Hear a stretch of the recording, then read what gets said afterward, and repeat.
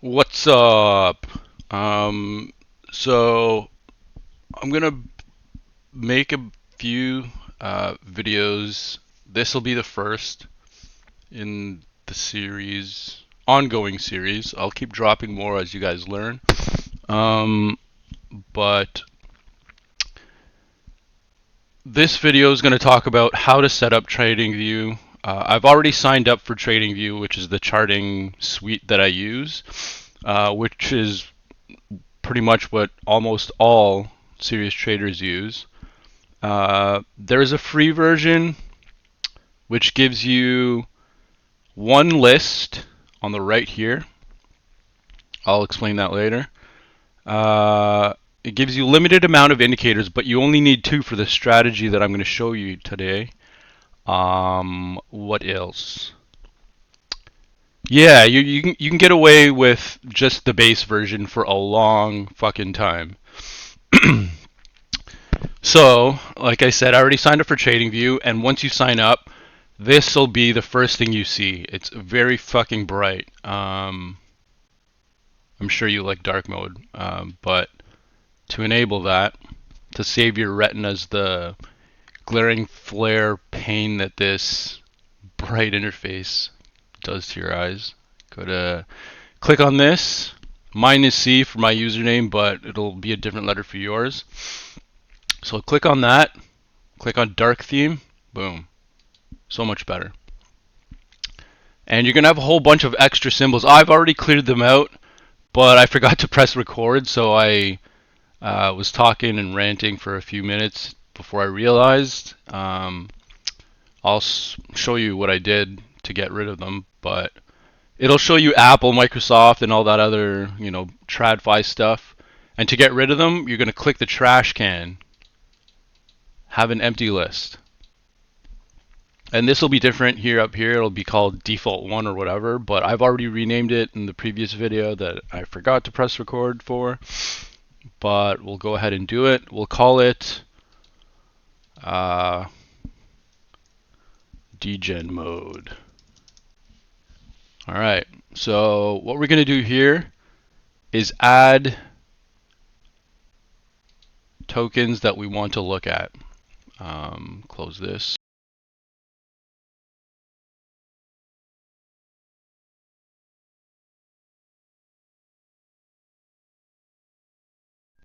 My headset died.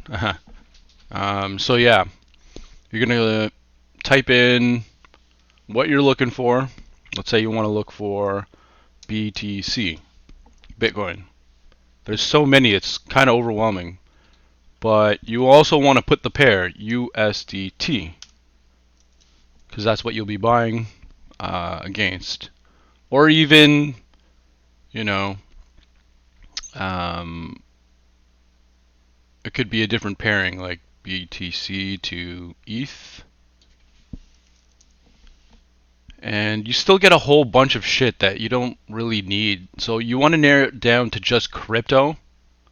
And now it's literally all just crypto. So we'll go back to BTC USDT because we want to buy it on an exchange. And it'll show you what exchange you're looking at the pair for. And that's important because each exchange has a different market order book, sorry. And that matters because if you put an order in and it doesn't get hit, it might get hit on a different place. Not that that is like, oh shit, that happened, but you will get your order if you put it in the corresponding chart because it'll be more accurate as to what the price represents. So let's say you're looking for a specific one you don't want to scroll through. You can narrow it down even more by going to all sources and then selecting the exchange you want to narrow it down. We'll go with Mexi because that's what I use right now. Let's look for Mexi right there until I get forced KYC, which I almost did. And I'll be very sad if that happens because I love Mexi. So once you find the token that you're looking for, you're going to click the plus button. It's going to add it to the right side right here. And then you can add even more. We'll add ETH, USDT on Mexi. And you'll see that there's a .p sometimes. As an investor, we're not looking at that because that's perpetuals. That's leverage trading.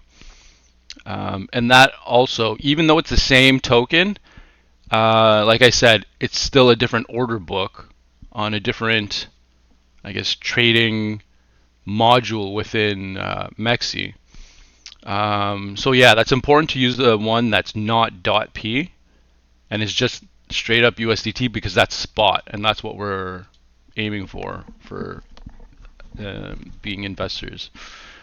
All right, so we have two of them there. I'm gonna add, I don't know, FET because that's AI, and I want to show that later for categorizing your alts, and we'll get a gaming alt super. Oh, Mexi doesn't have super for spot. USDT. Yeah, it only has it for perpetuals. That's fucking weird. Usually it's the opposite. It'll have it for spot first, but Binance will have it. So I got rid of, okay, I'll show you how I did that. Got rid of just the Mexi entry. So right now we're looking at only Mexi, and I want to go to Binance to look at what they have for super. So I'm going to click the X. Now it'll show me all exchanges again. And then Super USDT Binance, that's the one that we want. Boom, added it to the right.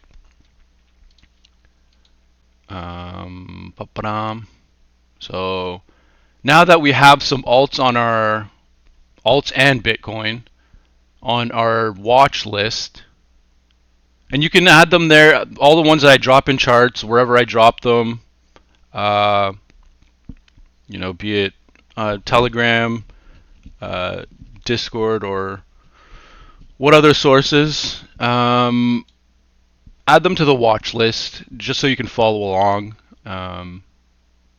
It'll make your life easier. Like I was saying earlier, you can categorize your alts, your list. Sorry, I'm Canadian, so I'm going to say that often. You're going to do that by clicking on your list name, in which we called it degen mode earlier, and then click add section, and there you can see we added a divider. Since it added it there on top of super already, you can move things around too. It's like I can move that there, up here. So we're gonna put this here, super. We're gonna double click on that and rename it to gaming. We're going to create another one, section, move that up there because it moved there. We're going to call this one AI and move FET there and add another section. Call this one main because these are the two to watch. These are the two trendsetters, I guess, if you will. I like to have BTC and ETH at the top always because those two dictate what the other coins will do. Just easier to look at the top. And you can even put shit on like new section. We'll call it, put it under gaming. We'll call it jammer charts.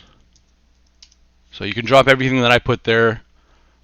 Put on, I drop in wherever I drop it in there. Sorry, I'm just burping. Said it again. Sorry.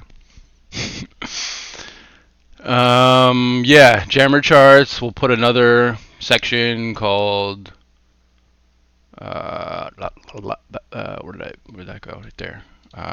Memes. We'll add a meme coin. We'll add good old bonk. USDT. We'll add it on Mexi again. Mexi. Bonk. We'll add bonk. We'll add Pepe. And we don't want that one. That's a perpetuals. We want the second one. if you do see a lot of extra Pepes, it always helps to add the USDT at the end because it narrows it down to just that trading pair itself.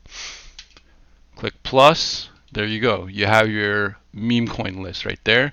Jammer charts, nothing yet because I haven't dropped anything in a while because elections haven't happened and we're in no man's land. Yeah, so we have our watch list, and what we want to do now is actually look at the chart. How do we do that? Because we're in this fucking crazy, command center looking thing. And oh yeah, also you're gonna have this thing at the bottom. I've already cleared out a lot of shit that it had in the video that I forgot to press record on. So click settings and uncheck all this because you don't need all that, and it cleans this thing up a bit, this little window.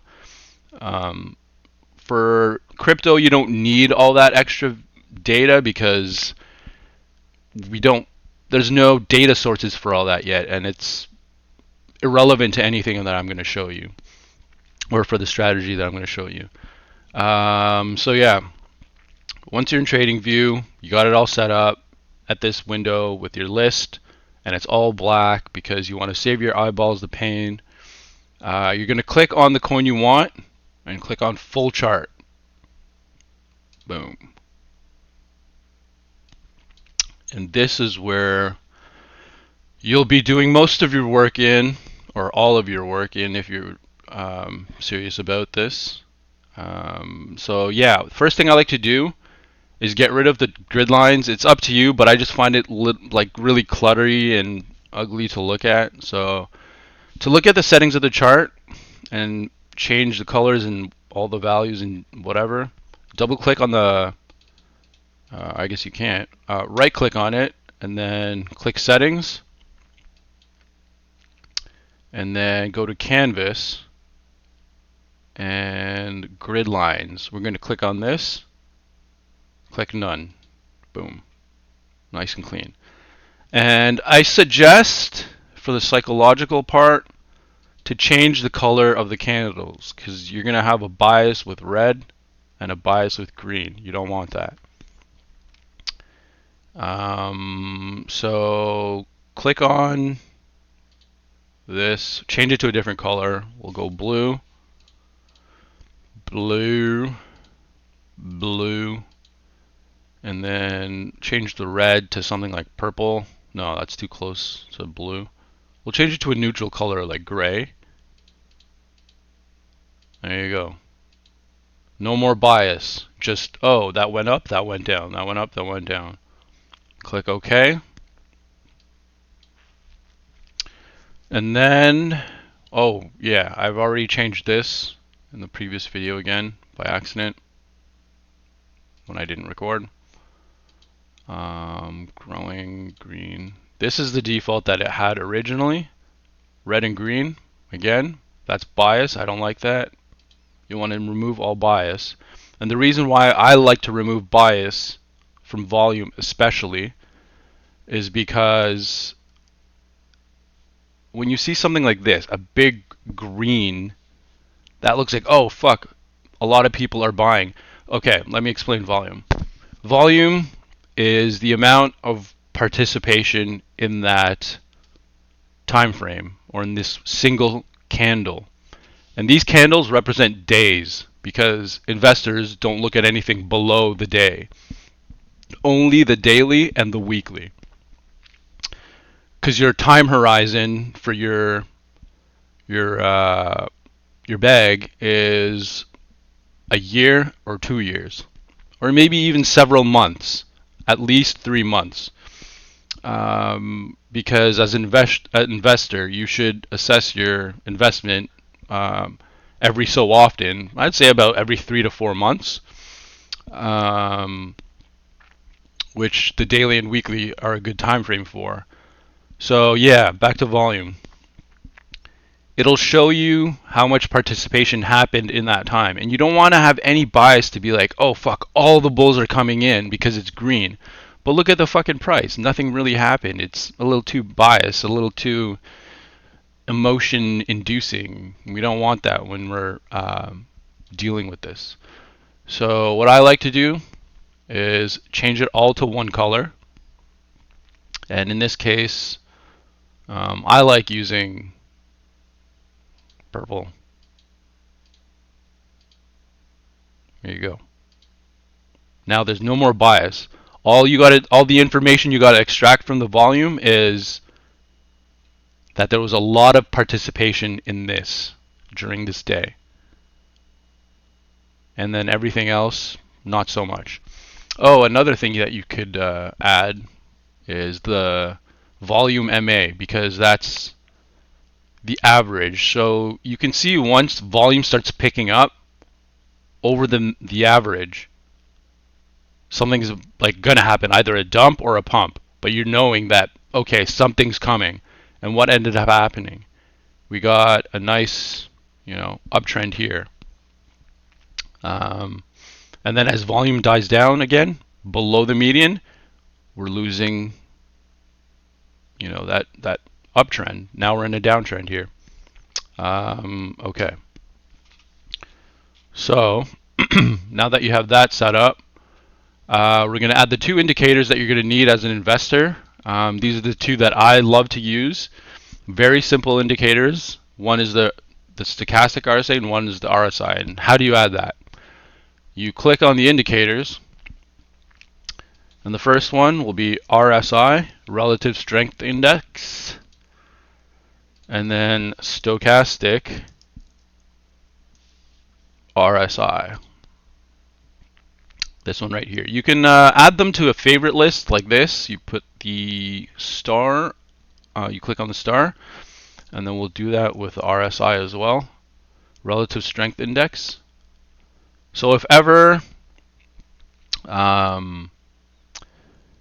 you accidentally delete or press the trash can that removes the indicator, we'll remove it and go back to indicators. Oh shit, I deleted it. It's under your favorites, so it's easy to add again. It looks a little daunting and like, oh my god, what am I looking at? NASA launch control here. We want to focus on the price action as the main thing. So we're going to move this. I like to move this to the top and either have one or the other at the bottom or the top. It doesn't really matter, but I personally have the RSI at the top, and just no reason to. It's just how I did it for a while.